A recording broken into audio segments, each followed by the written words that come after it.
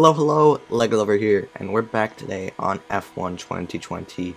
And as you can see, we are here at Japan for round 12 of the XRS season. Last week, we had a eventful race to say the least, and we ended up finishing P3 because we got that 5-second time penalty removed, but not the 3 seconds. But after finishing P3, when we ended up closing the Drivers' Championship gap down to 1 point, and we ended up keeping the Constructors' Championship lead by 14 points. But we're out in qualifying right now on the medium, just warming these up, trying to get a lap in, maybe just a banker. At the moment it is provisional pole, but I doubt it will stay that way as we did do the lap on the mediums. And as you can see at the end of this session, it is not enough for pole, and we're going to start our final lap here. It's important for us to make as little mistakes as possible with just 2 rounds to go in this season, including this one, as we're heading into turn 2. And you're going to see in this race that we do the exact opposite of that, and we make so many mistakes and end up ruining our chances at a win. But you have to see how that goes later on in this video. But right now, we are in qualifying, as I said, and we're on our lap now, just exiting Dunlop and now into Degner 1. It's a purple first sector. Degner 2, we take it pretty nicely here, using all of the track. The Williams lets us go through nicely, and into the hairpin. We take it pretty nicely, and you're able to go slightly deep because there is a slight amount of banking, and it allows you to go deeper and wider to allow you to carry more speed. So you can sometimes gain time from doing that. But heading through Spoon, and we take it pretty nicely, but the exit is quite important, and the exit wasn't great, but we are still gaining time on our previous lap. Purple sector 1 and a purple sector 2. As we're heading through 130R, my PB is a 125.7, so we're going to try and get close to that as we're heading through the final chicane now. Focusing on a good exit, staying towards the inside of the track to shorten the line, and it's a 26.0. So a bit more time in that lap, but not bad, and it is enough for pole position, which gives us 3 extra points going into the race. As you can see, the race results here: Mickey Man P2 and Formula 125 qualifies P3 to start P3 on the grid, and the strategy is going to be soft to medium as we're starting the formation lap now. Soft, medium, easy one stop if it all goes to plan, as we're lining up on the grid now. And the lights are coming on now. It's 3 lights, 4 lights, 5 lights here. It's lights out and let's go racing here. And Mickey Man gets a pretty good start. He's been getting very good starts recently. Formula 125 has a look down the inside, but he's unable to get fully on alongside to make a move. Heading out of turn 2 now into the S section. It's very difficult to follow another car through here, especially on lap 1 when you have such heavy fuel. But heading through this right-hander, soon we're going into Dunlop. One of the Williams cars has gone off at the early parts of the S section. It looks to be an incident through that S section, but heading through Degner 1 now into Degner 2, and the gap behind is already 0.8 of a second, and we're still sticking with the Mickey Man up ahead of us quite nicely here as we head into the hairpin. Just 0.4 is the gap to Mickey Man up ahead, exiting the hairpin now, using the overtake button. We still have plenty to use because we haven't used much at all in the first half of this lap.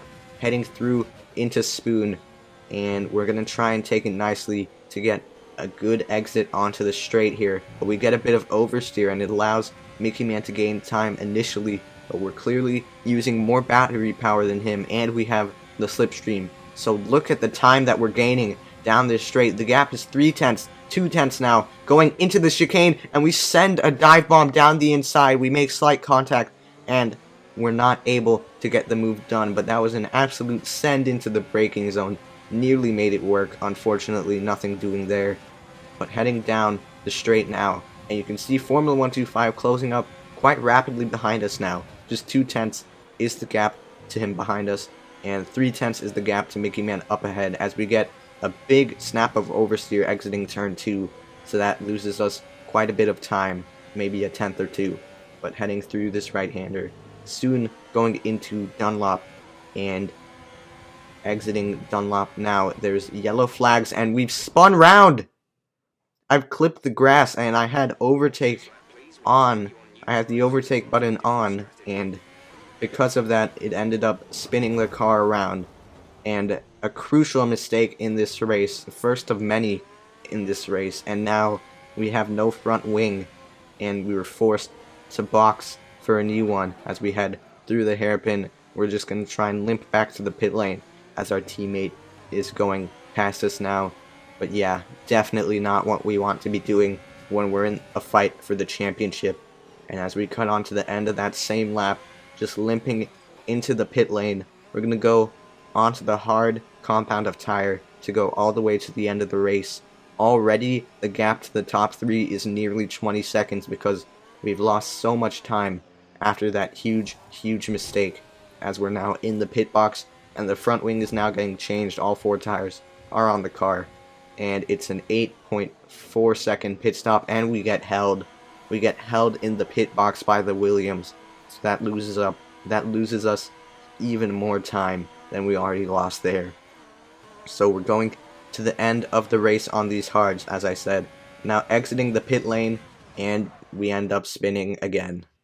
And I found that spin quite strange because I didn't touch any curbs or do anything weird. I literally just turned the steering wheel and the car just completely spun round.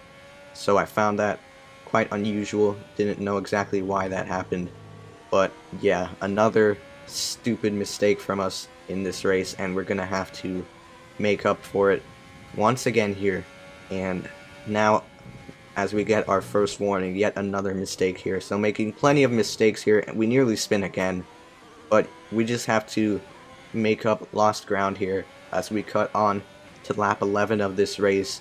And the VSC has been deployed. The gap to Christie is 4.2 seconds up ahead of us, so we have caught up quite a lot to Christie up ahead of us.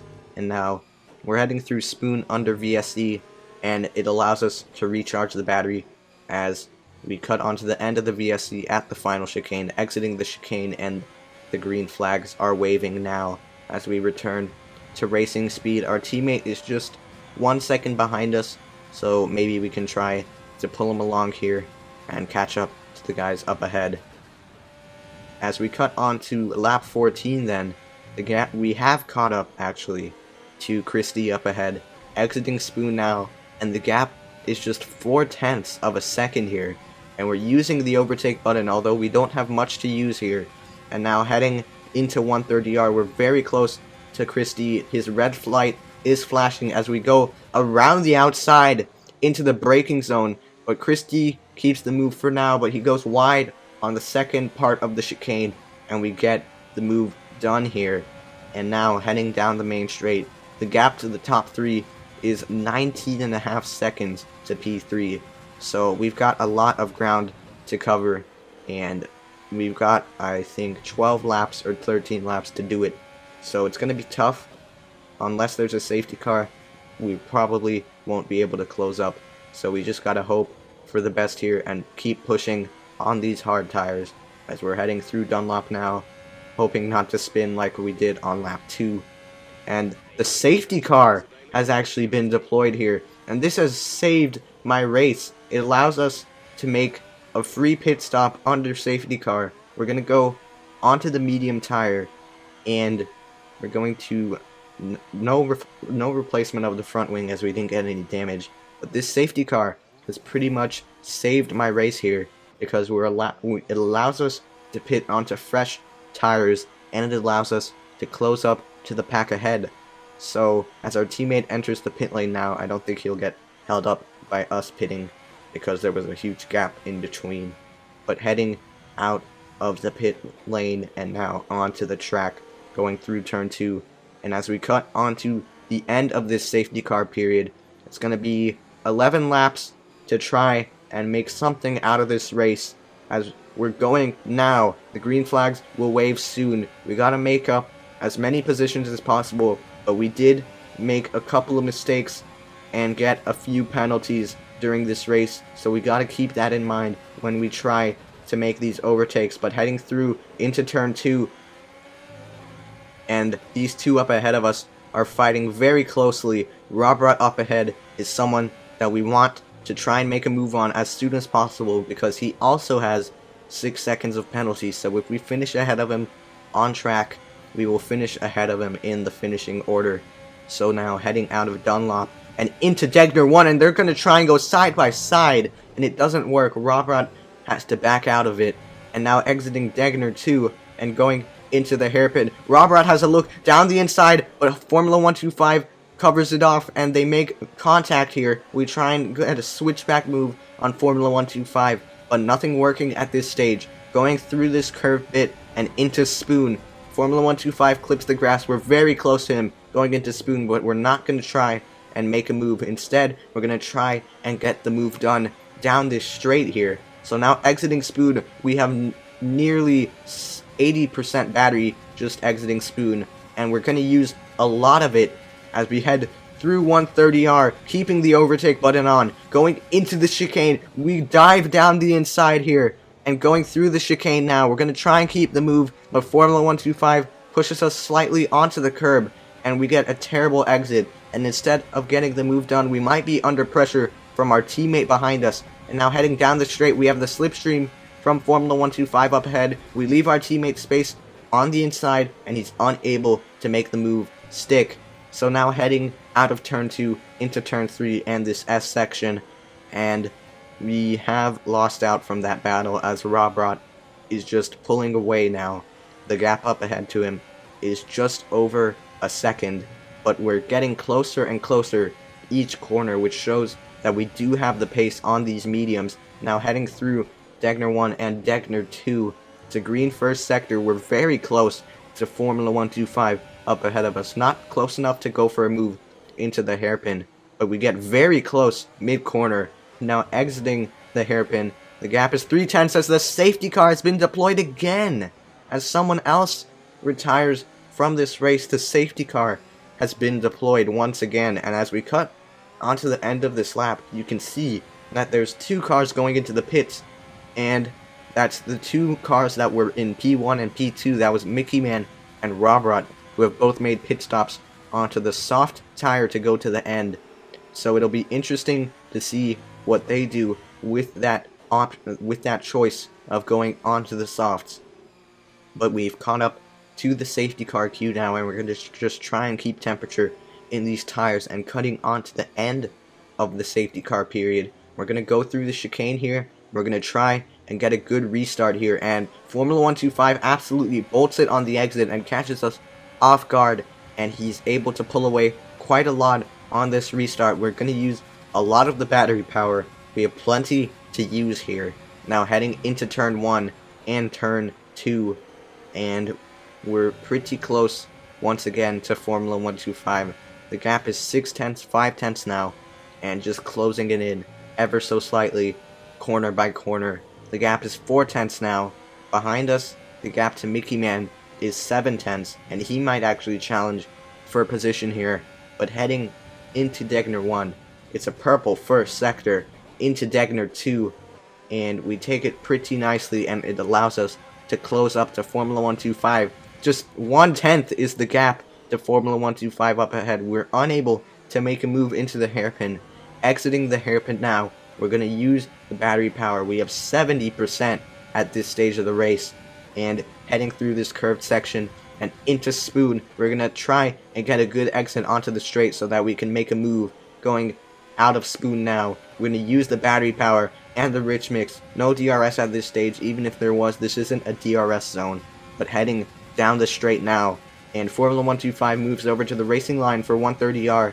Now heading out of 130R, he covers off the inside, but we somehow find a gap heading into the chicane, and we're side by side. But we try and get the switchback, but instead it results in us getting a terrible exit. We're out of ERS deployment, and now Mickey Man has gotten so much of a better exit out of the chicane, and we end up losing out from that battle, and we're now down in P3 with our teammate close behind.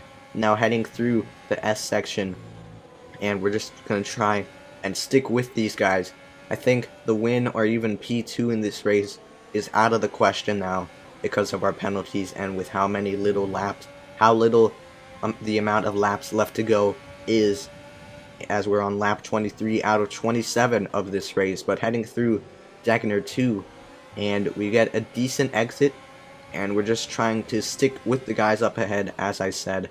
Robrot currently P5, but he goes for a crazy dive bomb on us into the hairpin, and it causes us to lose out on so much time here.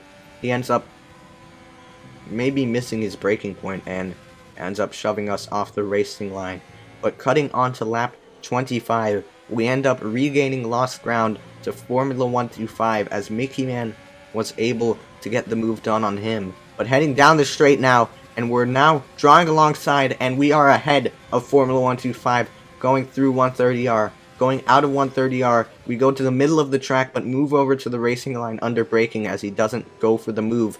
Exiting the chicane now, and going onto the straight, we have almost no battery to use, and I'm pretty sure that Formula 125 has plenty, as look at the overspeed that he has. Going into turn 1, and I end up spinning round, and that's simply because as I was on the inside, I got squeezed slightly, and I was forced to take a compromised line and use the inside curb, which ended up sending me into a spin, and there was no contact that resulted in me spinning. It was just me going onto the curb, which is just another mistake from us in this race, one of plenty that we've made in this race that has taken us out of contention of the win here, which is quite unfortunate.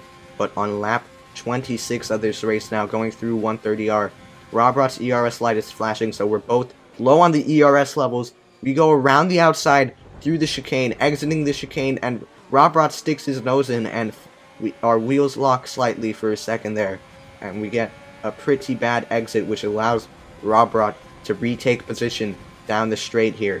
Now heading into turn 1, and now turn 2, which is the actual braking part of that corner.